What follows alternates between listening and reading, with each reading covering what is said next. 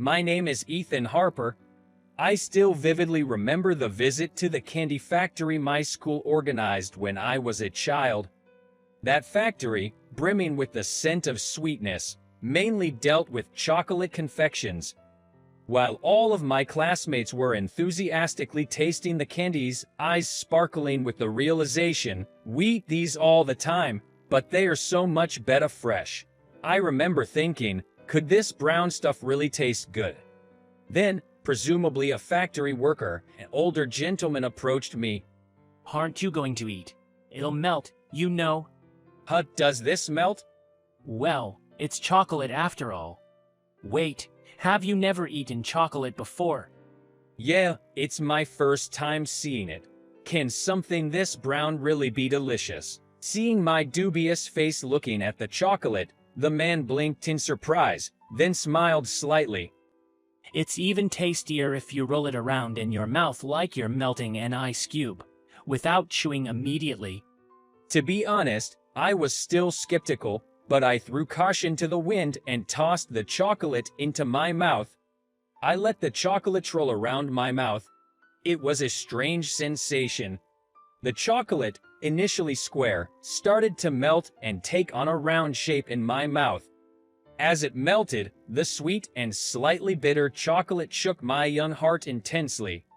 Amazing, it melted and disappeared. It's really delicious even though it's brown. As I was immersed in the wonderment, the man proudly puffed out his chest and said, "This is the most beloved chocolate product in our company." My family was, in a nutshell, po. We still had regular meals and were able to go to school. However, I also had a younger sister, so our financial situation was always precarious. My mom juggled part-time jobs and household budgeting with grocery store flyers, and my dad worked night shifts, returning home in the morning to sleep, so we could only see each other on his days off. Even when I was small, I understood that we weren't in a position where I could casually say, "I want to eat candy." After graduating from high school, I decided to find a job. My younger sister was still in elementary school, and I wanted to give back to my parents. When I consulted with my dad about this, he said, "Ethan, are you sure? You know what? Some people might look down on you for only having a high school diploma, but I was determined. It wasn't just about doing good things and paying back my parents. I had a secret passion for chocolate since I was a kid. I may not be able to become a chocolatier, but I wanted a job related to chocolate." I was so profoundly moved by that chocolate on the day of the school outing to the chocolate factory, which sparked a dream.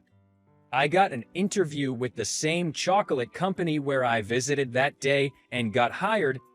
In the beginning, I mainly had menial tasks and often felt down due to the unfamiliar tasks, but as I gained 3 years of experience, my responsibilities grew and I even started to handle important tasks like negotiating with clients.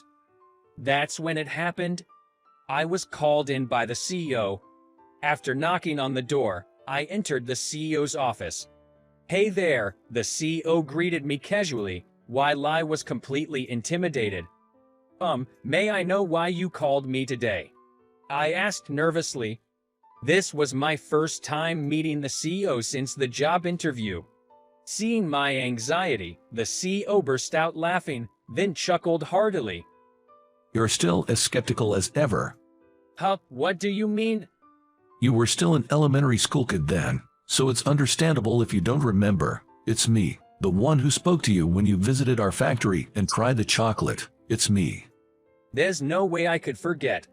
That single piece of chocolate had changed my life, but the memories from my elementary school days were vague.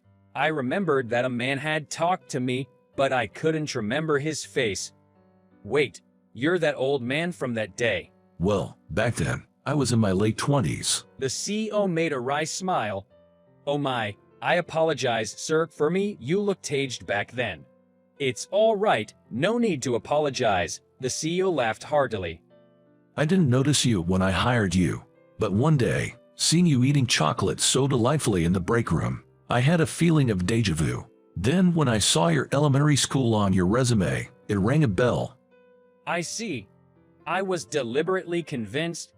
According to my family, even now, when I eat chocolate, my face apparently completely relaxes.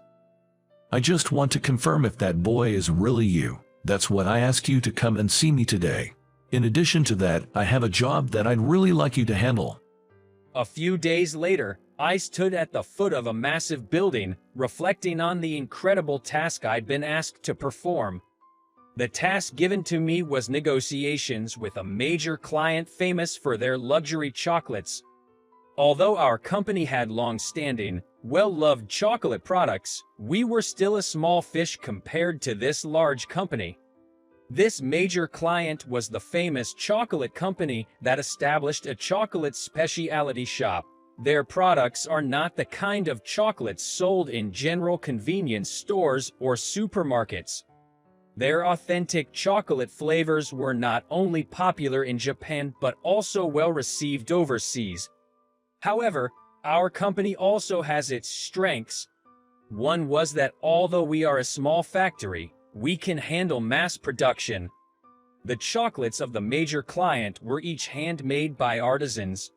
They seemed to have decided to start a new business to sell affordable yet high-quality chocolates. This was why they approached us, a small-town factory capable of mass production. If this deal was closed, it would be profitable for both our company and the client.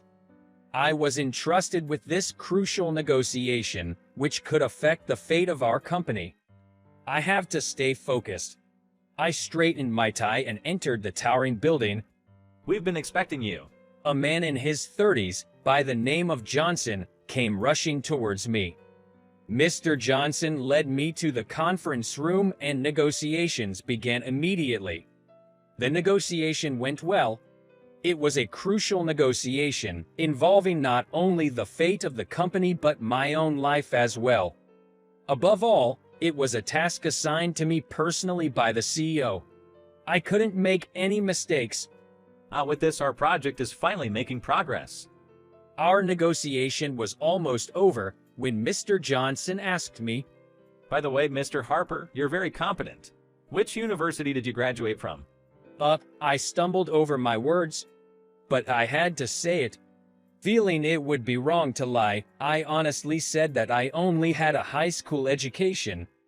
Suddenly, the atmosphere in the room changed. What? A high school graduate? Your company assigned someone with only a high school education to such an important negotiation. Mr. Johnson's face turned red with anger. I'm sorry, but let's go back to the drawing board. We shouldn't have asked a small factory like you in the first place. We'll find another factory. I panicked. I recalled my dad's words that I might have a chance to be despised as a high school graduate, but until now, that had never happened. I realized how lucky I had been, being in a supportive working environment. No matter how much I bowed and apologized, Mr. Johnson didn't seem to want to listen anymore. Several days had passed since that day. I visited alone that major client's office again. I just couldn't come to terms with the situation. Why is a high school graduate treated disrespectfully like this?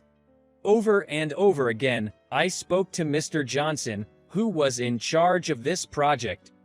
I begged him, bowed my head.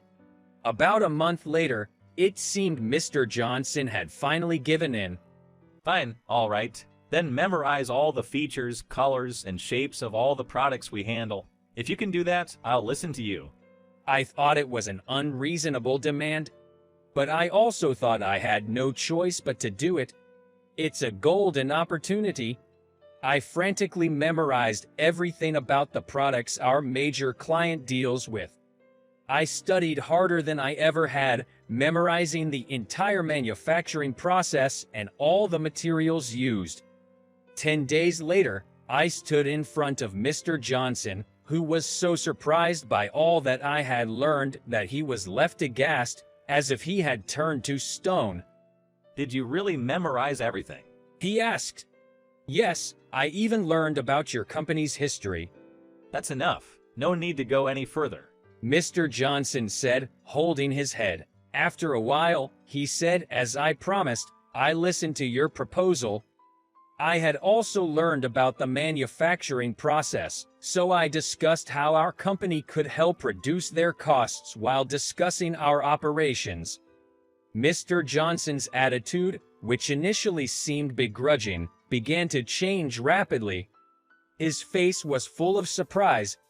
Eventually, Mr. Johnson finally apologized. I understand now, Mr. Harper.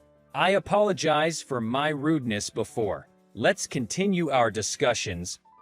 A few months later, our new product sold so well that it could be called a big hit. This was also thanks to my suggestions. I said why not consider mail order service as well.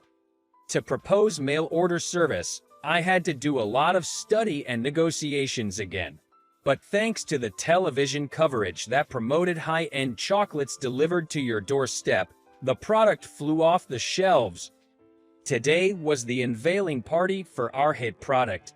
The dance hall of a hotel was reserved, and the invitees included those involved with the product, clients from other companies, of course Mr. Johnson, and our CEO. And for some reason, I was invited to a party. It's not really my scene. I protested, but the CEO said, this success wouldn't have been possible without you, please come. I thought it would be rude to decline. Although I felt out of place, I had confidence in the product I worked on, so I was able to be there. Then, a drunken man from a client company, who had nothing to do with this project, pointed at me and staggered towards me, bellowing, just a high school grad. He only graduated from high school. Isn't this fancy party a bit too much for a high school grad kid? He said, mocking me. Mr. Johnson understood, but everyone else. They mocked me just because I only had a high school education. I was understandably pissed off. Then it happened. Please stop. Don't mock Mr. Harper. Mr. Johnson intervened between me and the man. Johnson, I believe a person who only has a high school education is kind of questionable. Don't you think so? The man was surprised when Mr. Johnson intervened, but he kept mocking me. Johnson gave a wry smile and said, well, initially, I too was skeptical about having a high school grad as the project led, and I was looking down on him. So I can't really say anything. But he is a very hard-working man. He knows our products better than our employees now. He always comes up with innovative ideas. I didn't realize he respected me so much, and I found myself teary-eyed. Everyone in the hall was looking at us, wondering what was going on. When I looked back, I saw our CEO standing there. President. As I spoke to him, he just smiled gently. He stood in front of the man and began to speak calmly. I don't think academic background matters. I was charmed by Mr. Harper's personality and entrusted this negotiation to him. He persevered even when he was mocked. The fact that we can host this party is proof that his persistence and hard work paid off, don't you think? With Mr. Johnson's words earlier, and now this, my heart was filled with a strange warmth. What I've done wasn't in vain. Applause broke out from somewhere, and it spread around me. I was full of joy as if I might die tomorrow. A few days later, I wanted to let my family try our products, so I brought home a big bag of them. As I was talking about the party the day before, I said, I'm really surrounded by good people, huh? Then, as my father tasted the new chocolate, he said, no, it's your hard work. Like your boss said, your persistence and hard work created this delicious thing. I didn't expect my father to say such a thing and was surprised, huh? The only thing you lack is confidence. You've become capable of creating something this good. Have more confidence. I was taken aback when he gave my back a big slap. I choked a little, but the dull pain on my back felt oddly warm.